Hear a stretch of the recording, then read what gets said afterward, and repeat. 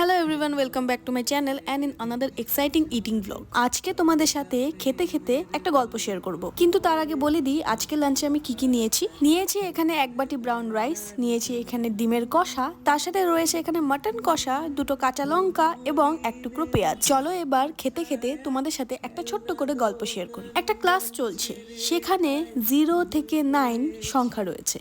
Class করছে, হঠাৎ করে 9 8কে একটা জোরে থাপ্পড় মারে। 8 বলে, আমায় থাপ্পড় মারলি কেন? 9 তখন বলে, আমি বড় তাই তোকে থাপ্পড় মেরেছি, আমার অধিকার আছে তোকে থাপ্পড় মারার। তখন 8 বলল, আচ্ছা এরম ব্যাপার।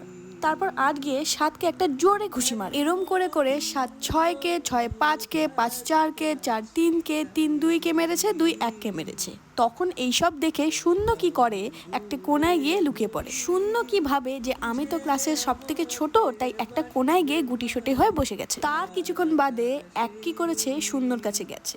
শূন্য বলে যে আমায় মারবে তো? এক বলেছে যে না, তুই এক কাজ কর, আমার পাশে এসে দাঁড়িয়ে পড়। শূন্য তারপরে একের পাশে গিয়ে দাঁড়িয়ে পড়ে। এবার দুজন মিলে হয়ে গেছে 10, মানে ক্লাসের সব থেকে বড়কে 10। তাইলে গল্পটা এখানেই।